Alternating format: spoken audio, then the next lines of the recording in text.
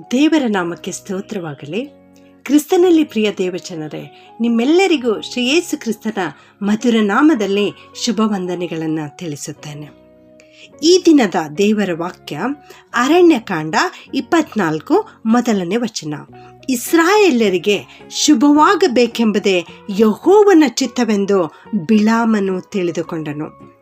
Today's Bible verse Numbers 24:1. By now, Balaam knew that the Lord wanted him to bless the people of Israel. ಇಲ್ಲಿ ದೇವರ ವಾಕ್ಯದಲ್ಲಿ ಇವತ್ತು ನಾವು ನೋಡ್ತಾ ಇದ್ದೇವೆ, ಇಸ್ರಾಯೇಲರಿಗೆ ಶುಭವಾಗಬೇಕು, ಇಸ್ರಾಯೇಲರಿಗೆ ಒಳ್ಳೆಯದು ಆಗಬೇಕು, ಇಸ್ರಾಯೇಲರಿಗೆ ದೇವರಿಂದ ಆಶೀರ್ವಾದ ದೊರೆಯಬೇಕು ಎಂಬುದೇ ಯೆಹೋವ ದೇವರ ಚಿತ್ತವಾಗಿದೆ ಎಂಬುದಾಗಿ ಇವತ್ತು ದೇವರು ನಮಗೆ ವಾಕ್ಯದಲ್ಲಿ ತಿಳಿಸಿಕೊಡ್ತಾ ಇದ್ದಾರೆ. ಪ್ರಿಯರೇ, ಈ ಇಸ್ರಾಯೇಲರು ಯಾರಂದರೆ ಅಬ್ರಹಾಂ, ಇಸಾಕ್, ಯಾಕೋಬರ ಸಂತತಿಯವರು, ಅಂದರೆ ಯಾಕೋಬನ ಮಕ್ಕಳು. ಯಾಕೋಬನಿಗೆ ಇಸ್ರಾಯೇಲ್ ಎಂಬುದಾಗಿಯೂ ಕೂಡ ಇನ್ನೊಂದು ಹೆಸರು ದೇವರು ಸೂಚಿಸಿದ್ದರು. ಈ ಇಸ್ರಾಯೇಲನ ಮಕ್ಕಳೇ ನಾವಾಗಿದ್ದೇವೆ. ಆತ್ಮೀಕ ಇಸ್ರಾಯೇಲರಾದಂಥ ನಮ್ಮನ್ನು ಆಶೀರ್ವದಿಸಬೇಕು ಎಂಬುದು ಯೆಹೋವನ ಚಿತ್ತವಾಗಿದೆ. ಪ್ರಿಯರೇ, ಆಶೀರ್ವಾದ ಎಂದರೆ ಏನೆಂದು ನಾವು ತಿಳಿದುಕೊಂಡಿದ್ದೇವೆ.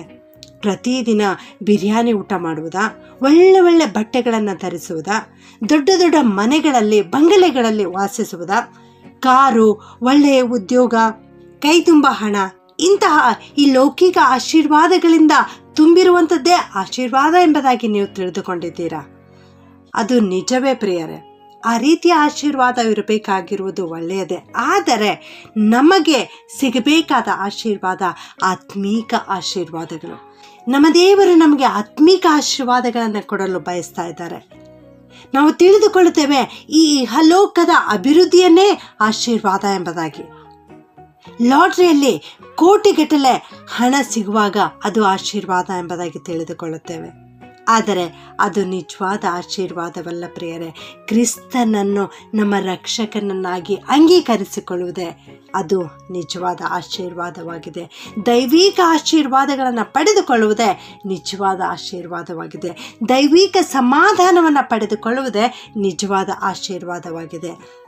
ಕುಟುಂಬದಲ್ಲಿ ಆಶೀರ್ವಾದ ಭರಿತವಾದಂಥ ಜೀವನವನ್ನು ಜೀವಿಸುವುದೇ ನಿಜವಾದ ಆಶೀರ್ವಾದವಾಗಿದೆ. ಈ ಎಲ್ಲ ಆಶೀರ್ವಾದಗಳನ್ನು ಕೊಡಲಿಕ್ಕೆ ದೇವರು ಇವತ್ತು ಬಯಸ್ತಾ ಇದ್ದಾರೆ. ಅದು ನಿನಗೆಂದೇ ಈ ಆಶೀರ್ವಾದಗಳನ್ನು ದೇವರು ಕೂಡಿಸಿಟ್ಟಿದ್ದಾರೆ. ಪ್ರಿಯರೇ, ಸೈತಾನನು ಕೂಡ ಅನೇಕ ಆಶೀರ್ವಾದಗಳನ್ನು ಕೊಡುವಂಥವನಾಗಿದ್ದಾನೆ. ಮತ್ತಾಯನು ಬರೆದ ಸುವಾರ್ತೆ 4ನೇ ಅಧ್ಯಾಯದಲ್ಲಿ ನಾವು ನೋಡ್ತೇವೆ, ಸೈತಾನನು ಯೇಸು ಸ್ವಾಮಿಯ ಹತ್ತಿರ ಬಂದು, ನೀನು ನನಗೆ ಸಾಷ್ಟಾಂಗ ನಮಸ್ಕಾರ ಮಾಡಿದರೆ ಇವೆಲ್ಲವನ್ನೂ ನಿನಗೆ ಕೊಡುತ್ತೇನೆ ಎಂಬುದಾಗಿ ಪ್ರಪಂಚದ ರಾಜ್ಯಗಳನ್ನು, ಪ್ರಪಂಚದ ವೈಭವಗಳನ್ನು ತೋರಿಸುತ್ತಾನೆ. ಪ್ರಿಯರೇ, ಈ ರೀತಿ ಸೈತಾನನು ತನ್ನ ಆಸೆಗಳನ್ನು ಮನುಷ್ಯರಲ್ಲಿ ಹುಟ್ಟಿಸಿ ತನ್ನ ಆಶೀರ್ವಾದವನ್ನು ನೀಡಲಿಕ್ಕೆ ಪ್ರಯತ್ನಿಸ್ತಾನೆ, ತನ್ನ ಕಡೆಗೆ ಸೆಳೆದುಕೊಳ್ಳಲಿಕ್ಕೆ ಪ್ರಯತ್ನಿಸ್ತಾನೆ. ಆದರೆ ಇದು ನಿಜವಾದ ಆಶೀರ್ವಾದವಲ್ಲ ಪ್ರಿಯರೇ. ಇದು ಕ್ಷಣಿಕವಾದದ್ದು. ಇದು ಕೆಲ ಹೊತ್ತಿನವರೆಗೆ ಮಾತ್ರ ಇರುವಂಥದ್ದು.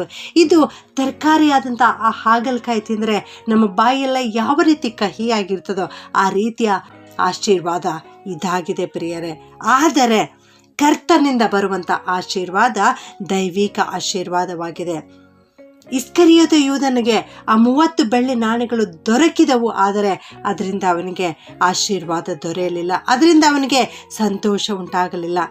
ನಾಮಾನನ ಬಳಿ ಗೆಹಜಿಯು ಹಣವನ್ನು ಪಡೆದುಕೊಂಡನು, ಆದರೆ ಅದು ಅವನಿಗೆ ಆಶೀರ್ವಾದಕರವಾಗಿರಲಿಲ್ಲ, ಅದರಿಂದ ಅವನಿಗೆ ಕುಷ್ಠರೋಗ ಬಂತು. ಪ್ರಿಯರೇ, ಹೌದು, ಈ ರೀತಿ ಸೈತಾನನು ನಮ್ಮನ್ನು ಪ್ರೇರಿಸಿ ಲೋಕದ ವಸ್ತುಗಳನ್ನು ನಮಗೆ ಒದಗಿಸಿಕೊಡುವಂಥವನಾಗಿದ್ದಾನೆ. ಆದರೆ ನಾವು ಸೈತಾನನಿಗೆ ಒಳಗಾಗುವುದು ಬೇಡ. ಸೈತಾನನ ಇಚ್ಛೆಗೆ ನಾವು ಒಳಗಾಗಿ ಈ ಲೋಕದ ವಸ್ತುಗಳನ್ನು ಪಡೆದುಕೊಳ್ಳದಂತೆ ನಾವು ಎಚ್ಚರಿಕೆ ಆಗಿರೋಣ. ಅನೇಕರಿಗೆ ಧನ ಸಂಪತ್ತುಗಳಿದ್ದರೂ ಕೂಡ ಅವುಗಳನ್ನು ಅನುಭವಿಸುವಂತಹ ಶಕ್ತಿ ಇರುವುದಿಲ್ಲ. ಯಾವಾಗಲೂ ರೋದನೆ, ವೇದನೆ, ಕಷ್ಟ, ದುಃಖ, ಬಲಹೀನತೆ ಇವುಗಳು ಇರುವಂಥದ್ದಾಗಿವೆ. ಆದರೆ ನಾವು ಇಸ್ರಾಯೇಲರಾದ ನಾವುಗಳು, ಆತ್ಮೀಕ ಇಸ್ರಾಯೇಲರಾದ ನಾವುಗಳು ಕರ್ತನ ಬಳಿ ಬರುವಾಗ, ಕರ್ತನಿಂದ ಆಶೀರ್ವಾದವನ್ನು ಪಡೆದುಕೊಂಡಿರುವಾಗ ಅವು ನಮಗೆ ಸಂತೋಷವನ್ನು ಕೊಡುವಂಥವುಗಳಾಗಿವೆ ಪ್ರಿಯರೇ. ಯೆಹೋವನಿಂದ ಬರುವಂಥ ಆಶೀರ್ವಾದವು ಭಾಗ್ಯದಾಯಕವಾದಂಥದ್ದಾಗಿದೆ. ಆದುದರಿಂದ ನನ್ನ ಪ್ರಿಯ ದೇವಜನರೇ, ಇಂದು ನೀವು ಕರ್ತನ ಬಳಿಗೆ ಬನ್ನಿರಿ. ದೇವರು ಇವತ್ತು ನಿನ್ನನ್ನು ಆಶೀರ್ವಾದ ಮಾಡಬೇಕೆಂಬುದಾಗಿ ಬಯಸ್ತಾ ಇದ್ದಾರೆ. ನಿನಗೆ ಶುಭವಾಗಬೇಕೆಂಬುದೇ ಯೆಹೋವನ ಚಿತ್ತವಾಗಿದೆ. ನೀನು ದೇವರ ಬಳಿ ಬಾ. ಕರ್ತನು ಖಂಡಿತವಾಗಿಯೂ ನಿನಗೆ ದೈವಿಕವಾದ ಆಶೀರ್ವಾದವನ್ನು ಕೊಡುತ್ತಾರೆ. ನಿನ್ನನ್ನು ಆತನು ನೆನಪು ಮಾಡಿಕೊಂಡಿದ್ದಾನೆ. ಸಣ್ಣವರು ಮೊದಲುಗೊಂಡು ದೊಡ್ಡವರ ಪರ್ಯಂತರ ಎಲ್ಲರನ್ನೂ ಆಶೀರ್ವದಿಸುವಂಥ ದೇವರು ನಮ್ಮ ದೇವರಾಗಿದ್ದಾರೆ. ನೀನು ಕರ್ತನ ಬಳಿ ಬಾ. ಪ್ರಾರ್ಥನೆ ಮಾಡಿಕೊಳ್ಳೋಣ. ಪ್ರೀತಿಯ ಪರಲೋಕದ ತಂದೆಯಾದ ದೇವರೇ, ನಿಮಗೆ ಸ್ತೋತ್ರ ಉಂಟಾಗಲಿಪ್ಪ. ನೀನು ಕೊಟ್ಟಿರೋ ವಾಕ್ಯಕ್ಕೋಸ್ಕರ ವಂದಿಸ್ತೇನಪ್ಪ. ಇಸ್ರಾಯೇಲ್ರಿಗೆ ಶುಭವಾಗಬೇಕೆಂಬುದೇ ನಿನ್ನ ಚಿತ್ತವಾಗಿದೆ ತಂದೆ. ಈ ವಾಕ್ಯವನ್ನು ಇವತ್ತು ನಮಗೆ ಕಲಿಸಿಕೊಟ್ಟಿದ್ದೀರಿ ದೇವ.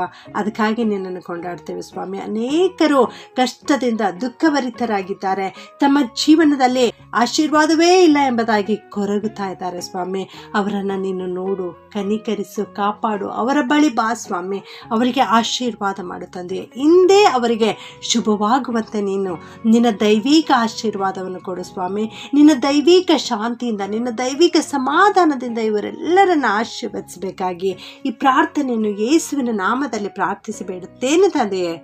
ಆಮೆನ್.